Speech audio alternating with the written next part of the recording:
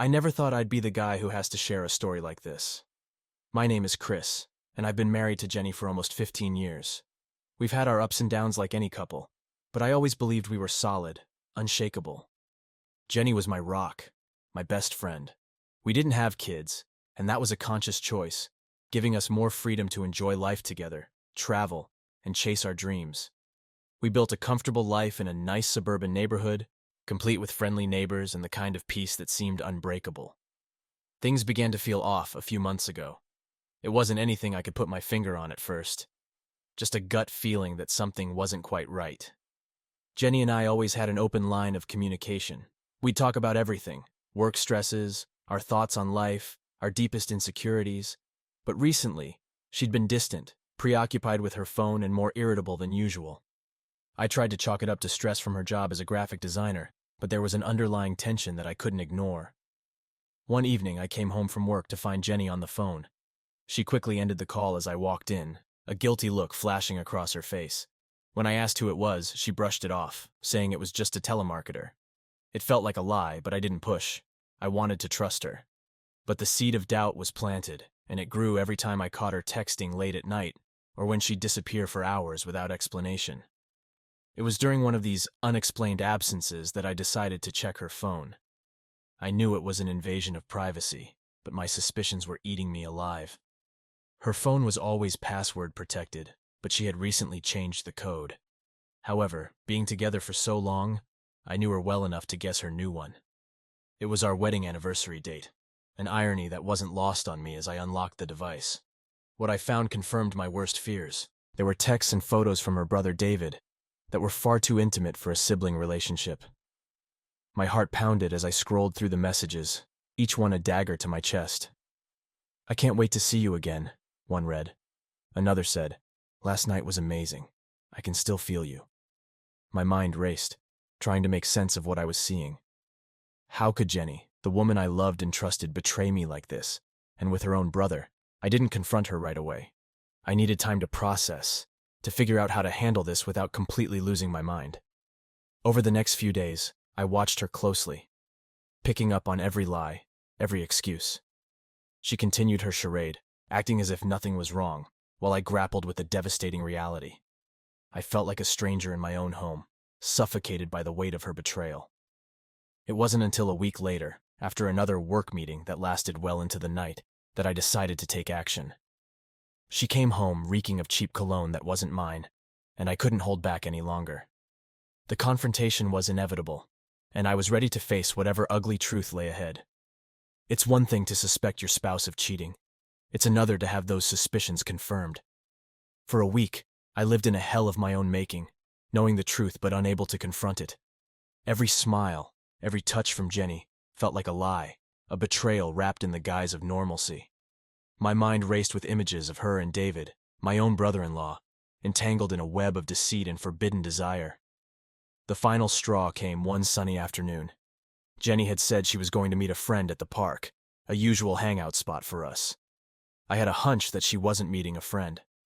The messages on her phone indicated they had planned to meet there.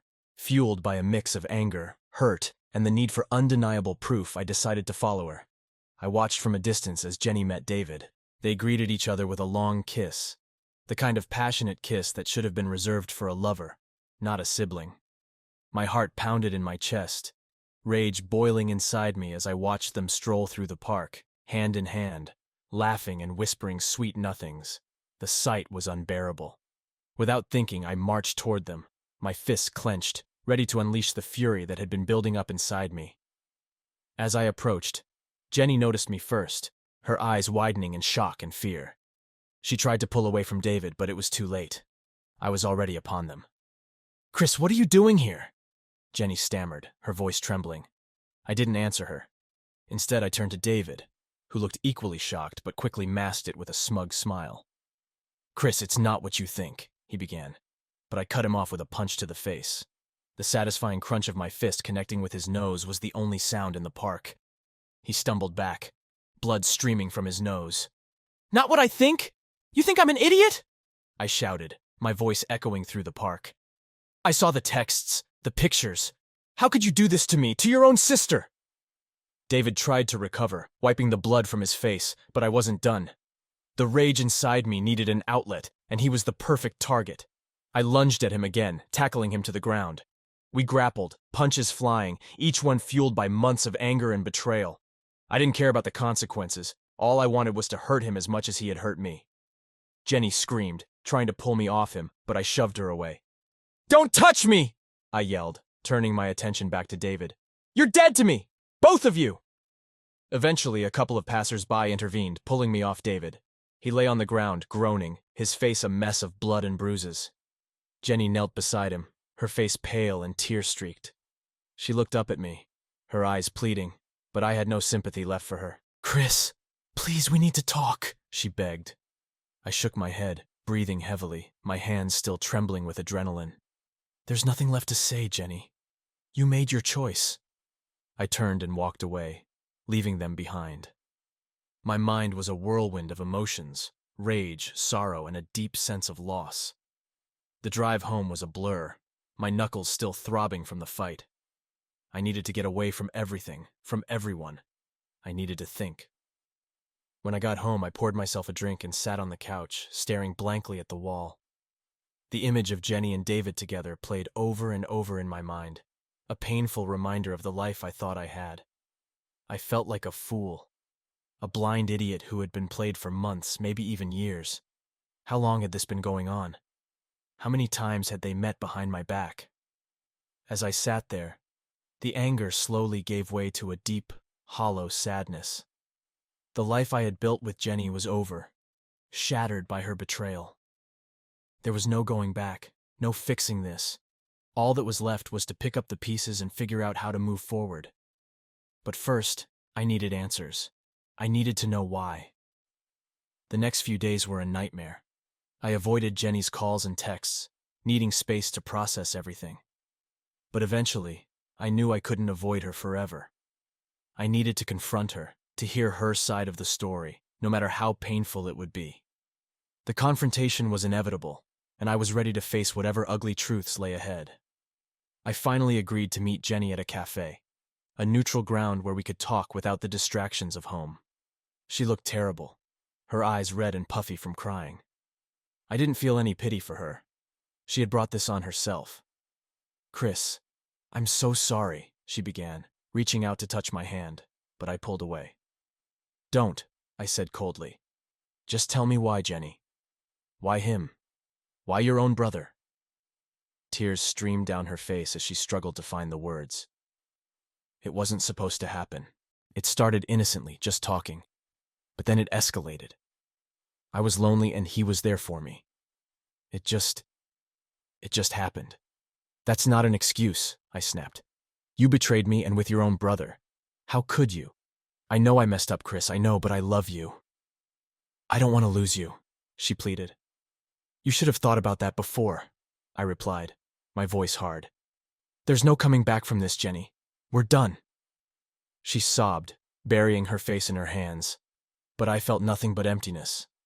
The woman I loved, the life we had built, was gone. All that was left was the painful task of unraveling the mess she had made.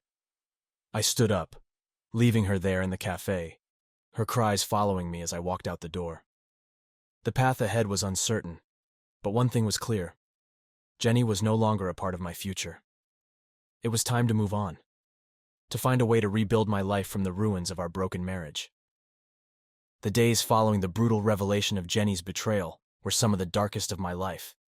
I spent countless nights staring at the ceiling, haunted by the image of her and David, entwined in a twisted mockery of love. The anger simmered just beneath the surface, a constant companion that refused to be quelled. It wasn't enough to just leave her and move on. I needed retribution. I needed to make her feel the pain she had inflicted on me. First, I focused on David. Beating him up in the park had given me a temporary release, but it wasn't enough. He deserved more than a broken nose and a few bruises. He deserved to be ruined. David worked as a financial advisor at a prestigious firm. His career was everything to him. He took pride in his success, in the respect he garnered from his peers. I decided to target what he valued most, his professional reputation.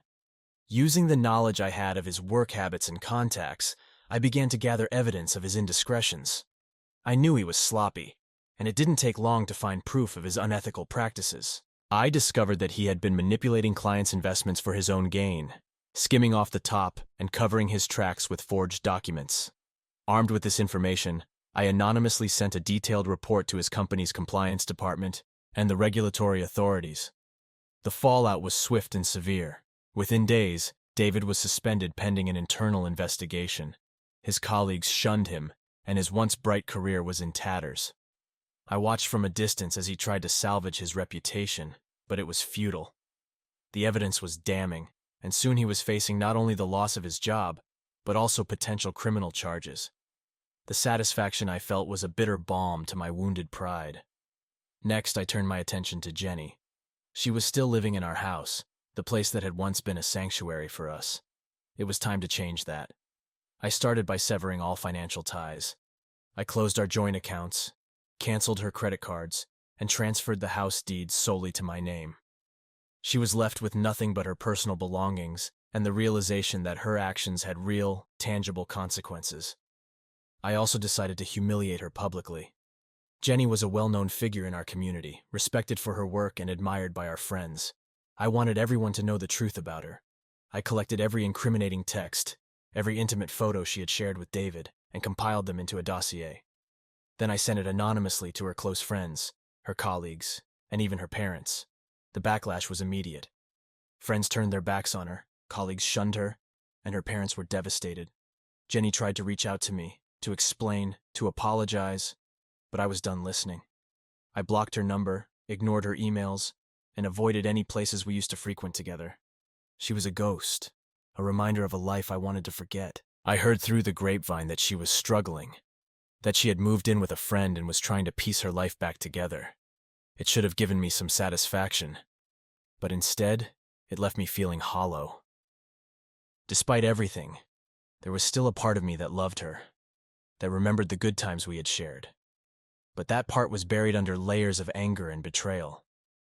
Revenge had been my only solace, and now that it was done, I was left to face the emptiness that remained. One evening, a few weeks after the storm had settled, I received an unexpected visitor. It was Jenny. She looked gaunt, her eyes sunken, and her clothes hanging loosely on her frame. She stood on my doorstep, clutching a small suitcase, her eyes pleading. "Chris, please," she said, her voice barely above a whisper. "I have nowhere else to go. I'm sorry for everything. Please, let me in." I stood there, torn between the urge to slam the door in her face and the small flicker of compassion that still lingered. "Why should I?" I asked, my voice cold. Tears welled up in her eyes. "I have nothing left. I've lost everything. I know I don't deserve your forgiveness, but I'm begging you, Chris. Please, let me stay, just for a little while." I sighed, the anger within me warring with the remnants of the love I once felt for her. "Fine," I said finally. "You can stay, but only until you find another place. And don't expect anything from me. We're done." She nodded, grateful. "Thank you, Chris. I'll find a way to make it up to you. I promise." Watching her walk past me into the house, I felt a mixture of satisfaction and sorrow. My revenge had destroyed her, just as I intended. But it hadn't brought me the peace I sought. Instead, it left me with a lingering sense of emptiness, a void that revenge could never fill. In the weeks that followed, Jenny kept her promise. She stayed out of my way, quietly looking for a new place to live. I avoided her as much as possible, focusing on rebuilding my life.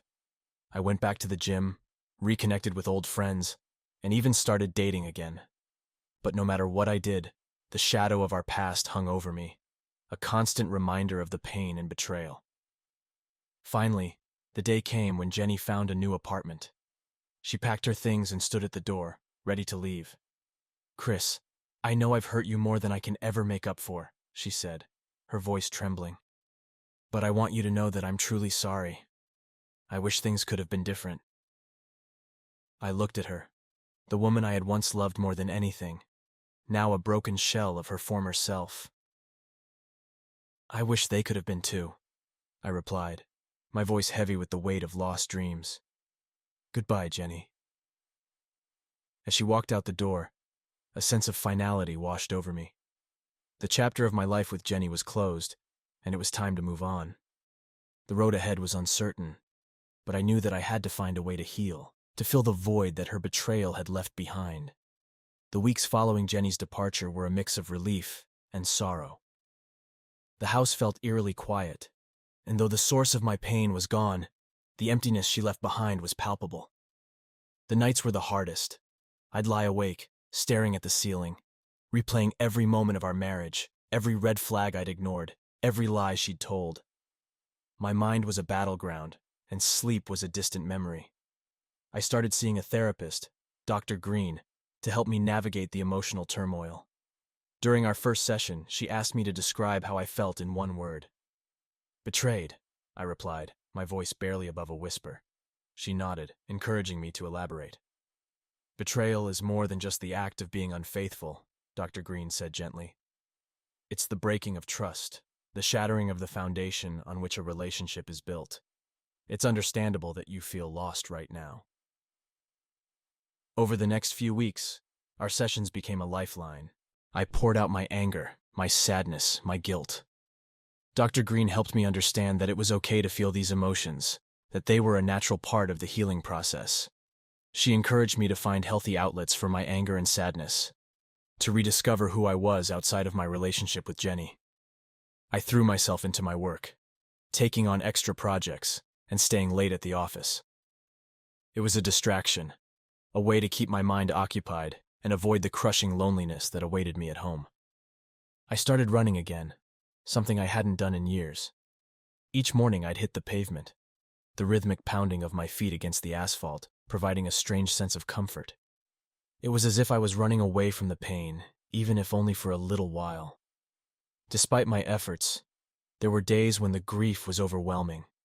I'd see something that reminded me of Jenny, a song on the radio, a favorite restaurant, and the memories would come flooding back, bringing with them a wave of sorrow. I missed her despite everything. I missed the life we had built, the future we had planned. But those were just illusions now, shattered by her betrayal. One evening, as I sat on the couch with a glass of whiskey in hand, I received a call from an old friend, Tom. We had lost touch over the years, but he had heard about what happened and reached out. "Chris, I'm so sorry to hear about everything," he said, his voice filled with genuine concern. "I know it's been a while, but if you ever need someone to talk to or just hang out, I'm here." His words were a balm to my wounded soul. Over the next few weeks, Tom and I reconnected. We'd meet up for drinks, watch games together, and talk about life. He never pried into the details of my divorce unless I brought it up, and for that, I was grateful. His friendship was a reminder that there were still good people in my life, that I wasn't alone. As time went on, I started to piece together the fragments of my life. I redecorated the house, removing any trace of Jenny and making it my own. It was a small step, but it helped. I began to focus on my own needs and desires, things I had neglected during my marriage. I took up painting, something I had always wanted to try but never found the time for. It was therapeutic, losing myself in the strokes of the brush, creating something new out of the chaos. Dr. Green encouraged me to write about my experiences, to put my thoughts and feelings on paper. I started journaling, pouring out the pain, the anger, the confusion. It was cathartic, a way to release the emotions that had been bottled up inside me. Through the process, I began to understand that healing wasn't a linear journey. There were good days and bad days, moments of clarity and moments of despair. But slowly, ever so slowly, the good days began to outnumber the bad. One day, while going through an old photo album, I found a picture of Jenny and me from our honeymoon. We were so young, so full of hope and love. I stared at the photo for a long time, tears streaming down my face. It was a reminder of what we once had, what we had lost. But it was also a reminder that I had loved deeply and had been loved in return, even if it had all fallen apart in the end. As the months passed, I began to let go of the anger. It wasn't easy, and it didn't happen overnight. But I realized that holding on to the rage was only hurting me. I needed to forgive, not for Jenny's sake, but for my own. Forgiveness didn't mean forgetting or excusing what she had done. It meant accepting that it had happened and choosing to move forward, to find peace within myself. I reached out to Jenny one last time, not to rekindle anything, but to find closure. We met at a quiet cafe, the same place where we had once discussed our future together. She looked different, older, the weight of her actions etched into her features. We talked, not about the past, but about where we were now. She apologized again, and this time, I could see the genuine remorse in her eyes. I told her that I forgave her, not because what she did was okay, but because I needed to let go of the pain. We parted on amicable terms, both of us ready to move on with our lives. In the following months, I continued to rebuild. I traveled, something Jenny and I had always planned to do but never got around to.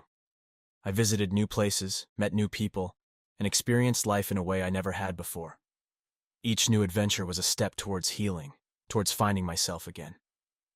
I started dating, cautiously at first. It was strange navigating the world of relationships after so many years with Jenny. But I met someone, Sarah, who was kind, understanding, and patient. She knew about my past and accepted me for who I was, scars and all. With her, I found a new kind of happiness, a new kind of love. It wasn't the same as what I had with Jenny, but it was real, and it was good. Looking back, I realized that Jenny's betrayal, as painful as it was, had led me to a place of self-discovery and growth. I had found strength within myself that I never knew existed. I had rebuilt my life piece by piece and emerged stronger and wiser. Life was moving forward, and so was I. The pain of the past would always be a part of me, but it no longer defined me. I had learned to let go, to forgive, and to embrace the future with hope and optimism. And in that, I found a new kind of freedom. The last conversation with Jenny was something I had been dreading and anticipating in equal measure. It was a final step toward closure, a necessary confrontation to put the past behind me and start anew. I had spent months preparing myself emotionally, working through the pain and anger with Dr. Green, and finding the strength to face Jenny one last time. We agreed to meet at a quiet cafe in a part of town where we were unlikely to run into anyone we knew.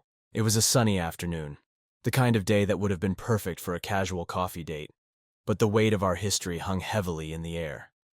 I arrived early, choosing a table in a secluded corner, away from the chatter of other patrons. When Jenny walked in, I barely recognized her. She looked thinner, her eyes hollow, and her once vibrant smile was now a shadow of its former self. She spotted me and made her way over, her steps hesitant, as if she was unsure of how to approach me. We exchanged awkward pleasantries, and then she sat down across from me, her eyes avoiding mine. "Chris," she began, her voice trembling. "Thank you for agreeing to meet with me." I nodded, taking a deep breath. "I think we both need this, Jenny. Closure." She nodded, tears welling up in her eyes. "I've been doing a lot of thinking, a lot of soul-searching. I know I've hurt you in ways I can never truly make up for. I know I've lost your trust, your love, and I don't expect forgiveness. But I needed to see you, to tell you how deeply sorry I am." I watched her, feeling a mix of sadness and a strange sense of detachment. The woman sitting in front of me was both familiar and a stranger, someone I had loved deeply but could no longer connect with in the same way. "Jenny, I've spent months trying to understand why you did what you did," I said, my voice calm but firm. "I've come to realize that I may never fully understand it, and that's okay. What matters now is that we both move on with our lives." She nodded, wiping away tears. "I know. I've hurt you in ways I never imagined. I wish I could take it all back, but I can't. All I can do is tell you how truly sorry I am and hope that one day you can find it in your heart to forgive me." "I've been working on that," I replied, meeting her gaze. "Forgiving you isn't about excusing what you did. It's about letting go of the anger and the pain so that I can heal. I've come a long way, but it's still a process." We sat in silence for a moment, the weight of our shared past hanging between us. I took a deep breath, deciding to address the future. "What's next for you, Jenny?" I asked, genuinely curious about how she planned to move forward. She sighed, looking down at her hands. I've been staying with a friend, trying to figure things out. I lost my job because of the scandal, and my family. Well, they're struggling to understand. I'm thinking of moving to a new city, starting fresh. Maybe that's what I need to rebuild my life. I nodded, understanding her need for a new beginning. A fresh start might be what you need. It's not going to be easy, but it's possible. Just like I'm trying to rebuild my life, you'll have to do the same. She looked up at me, her eyes filled with a mixture of gratitude and sorrow. Thank you, Chris, for everything. Despite how things ended, I want you to know that I cherished the good times we had. I'll always regret how it ended. I took a deep breath, feeling a sense of closure beginning to take hold. I cherished those times too, Jenny. We had something special, even if it didn't last. I hope you find what you're looking for in your new life. She reached across the table, her hand hovering over mine before pulling back. I wish you all the best, Chris. I hope you find happiness and peace. You deserve it. I smiled faintly, feeling a sense of relief wash over me. Thank you, Jenny. I wish the same for you. With that, we stood up, the finality of our conversation sinking in. We walked out of the cafe together, parting ways at the entrance. As I watched her walk away, I felt a weight lift off my shoulders. The chapter of my life with Jenny was officially closed, and it was time to embrace the future. Over the next few days, I reflected on our conversation, feeling a sense of peace I hadn't felt in months.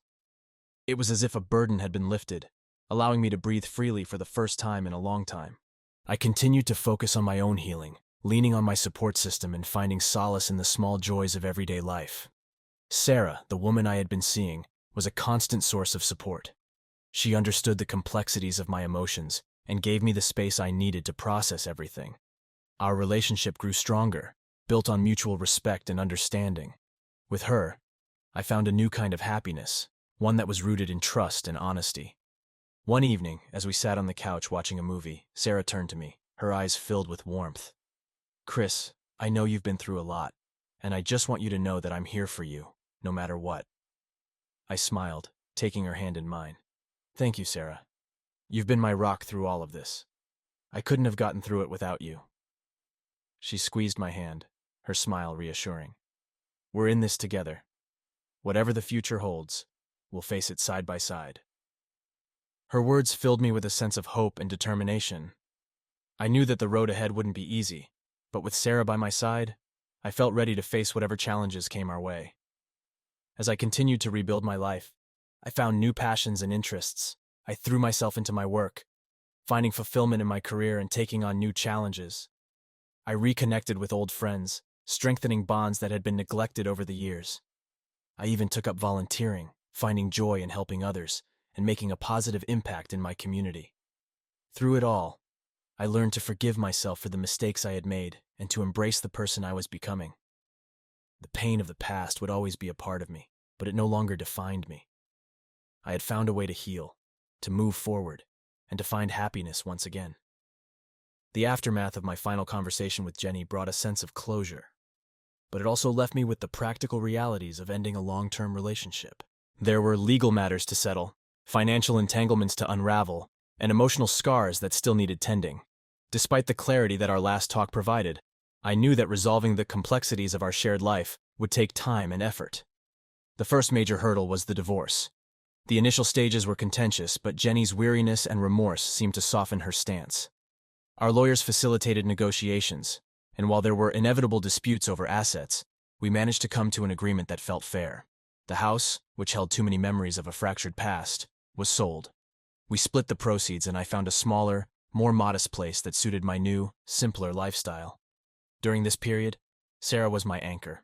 She offered a listening ear and a warm embrace, helping me navigate the turbulent waters of finalizing the divorce. Her presence was a constant reminder that I was not alone in this journey, that there was life and love beyond the pain. The legal separation brought with it a newfound sense of independence. For the first time in years, I had full control over my finances and decisions. I took the opportunity to reassess my goals and priorities. I had always been passionate about photography, a hobby that had taken a back seat during my marriage. Now, with time and space to explore it fully, I immersed myself in capturing the world through my lens. It became both a creative outlet and a form of therapy. helping me see beauty in the mundane and find joy in the small moments. As the weeks turned into months, I continued to rebuild my life brick by brick. I joined a local photography club, met new people, and even exhibited my work at a community art show. The positive feedback and support from fellow photographers and art enthusiasts boosted my confidence and reminded me of my worth outside of my past relationship. In parallel with my personal growth, I focused on repairing my relationship with my family and friends. During my marriage, I had drifted apart from many of them, often prioritizing Jenny's needs and our relationship over maintaining those bonds. Now I reached out to reconnect, to apologize for my absence, and to rebuild those connections. One of the most significant reconciliations was with my parents. They had been supportive throughout the divorce, but I realized how much I had distanced myself from them over the years. I visited them more often, shared meals, and talked openly about my experiences. Their unconditional love and support were a balm to my wounded spirit, and our relationship grew stronger than ever. With time, I also found the courage to attend social gatherings and events without the shadow of my past looming over me. I attended a friend's wedding, where I reconnected with old friends and even made a few new ones. Each interaction, each conversation, was a step towards reclaiming my place in the world as an individual, not defined by my failed marriage. Sarah and I continued to grow closer, our bond deepening with each passing day. We spent weekends exploring new places, indulging in shared hobbies, and simply enjoying each other's company. She never pressured me to move faster than I was comfortable with, understanding that healing was a gradual process. Her patience and unwavering support were instrumental in my journey towards emotional recovery. One evening, as we sat on my new porch watching the sunset, Sarah turned to me with a thoughtful expression. "Chris, have you ever thought about traveling again? You always talk about those places you wanted to visit." Her question stirred something inside me.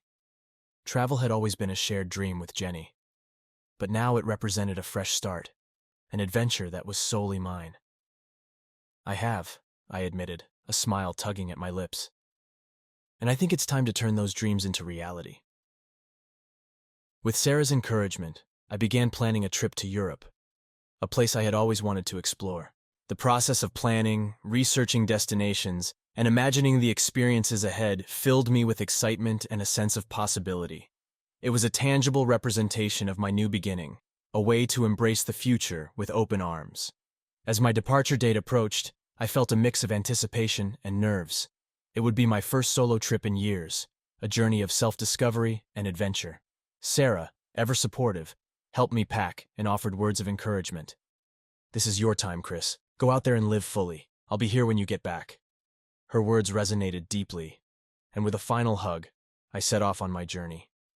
The trip was everything I had hoped for and more. I wandered through the cobblestone streets of Paris, marveled at the ancient ruins of Rome, and found solace in the serene landscapes of the Swiss Alps. Each day was a new adventure, a new opportunity to learn about the world and myself. Traveling alone gave me the space to reflect, to appreciate my own company, and to find strength in my independence. I met fellow travelers, shared stories, and created memories that were uniquely mine. The experience was transformative, reinforcing my belief that life held endless possibilities, even after the darkest of times. Upon returning home, I felt rejuvenated, ready to embrace the next chapter of my life with renewed vigor. Sarah welcomed me back with open arms, and our relationship flourished as we continued to build a future together. The past no longer held me captive. It was a part of my story, but it didn't define me. I resumed therapy with Dr. Green, eager to share my experiences and the growth I had achieved. She noted the changes in me, the confidence and peace that had replaced the anger and sorrow. "You've come a long way, Chris," she said, her smile warm. "You've shown incredible resilience and strength." Her words were a validation of my journey, a reminder that healing was possible, that life after betrayal could be rich and fulfilling. I continued to focus on my passions, my relationships, and my personal growth. Each day was a step forward, a testament to the power of resilience and the human spirit. In the end, resolving the problem wasn't just about finalizing a divorce or finding closure with Jenny. It was about rediscovering myself, embracing new opportunities, and building a life that was authentically mine. It was about finding peace, love, and happiness in unexpected places, and recognizing that the journey of healing was as important as the destination. The journey to a new life wasn't an easy one, but each step brought me closer to a place of peace and fulfillment that I hadn't thought possible in the wake of Jenny's betrayal. As the months turned into a year, I began to see the fruits of my efforts to rebuild and heal. The anger and sorrow that had once consumed me were now shadows of the past, replaced by a sense of hope and purpose. My relationship with Sarah continued to blossom. She was my confidant, my partner, and my biggest supporter. We spent countless weekends exploring new places, trying new activities, and building a shared life filled with love and laughter. Her presence was a constant reminder that love could be kind, patient, and true. One evening, as we sat on my porch with a glass of wine watching the sunset, Sarah turned to me with a thoughtful look. "Chris, I've been thinking," she said softly. "We've been together for a while now, and I love the life we're building. Have you thought about what you want for the future?" Her question took me by surprise, but in a good way. I realized that I had been so focused on healing and moving forward that I hadn't given much thought to the future beyond the present moment. "I have," I replied, taking her hand in mine. "I want to keep growing with you, to build a life together that's full of love and adventure." She smiled, her eyes shining with affection. "I want that too, Chris. More than anything." Our conversation that night marked a new chapter in our relationship. We talked about our dreams and aspirations, our hopes for the future. It was a moment of clarity and connection, a reaffirmation of the love and trust we had built together. As time went on, I also deepened my involvement in the community. I volunteered at local shelters, participated in charity events, and used my photography skills to capture and share the stories of those who needed a voice. These experiences not only enriched my life, but also gave me a sense of purpose and fulfillment. They reminded me that despite the pain of the past, there was always a way to make a positive impact on the world around me. One of the most rewarding projects I undertook was a photo series documenting the lives of individuals who had overcome significant hardships. I met people from all walks of life, each with a unique story of resilience and strength. Their courage inspired me, and through their stories, I found my own healing journey mirrored in theirs. The project culminated in an exhibition that received widespread acclaim, further cementing my passion for using art to drive change and inspire others. My friendships also flourished. Tom, my old friend who had reached out during my darkest days, became a constant presence in my life. We shared countless beers, laughter, and conversations about life's ups and downs. Our bond grew stronger, and I was grateful for his unwavering support. Family gatherings became a source of joy rather than a reminder of what I had lost. My parents and I grew closer than ever, and I cherished the time we spent together. They had always been my rock, and now I could give back some of the love and support they had shown me throughout the years. One summer, Sarah and I decided to take a trip to the mountains.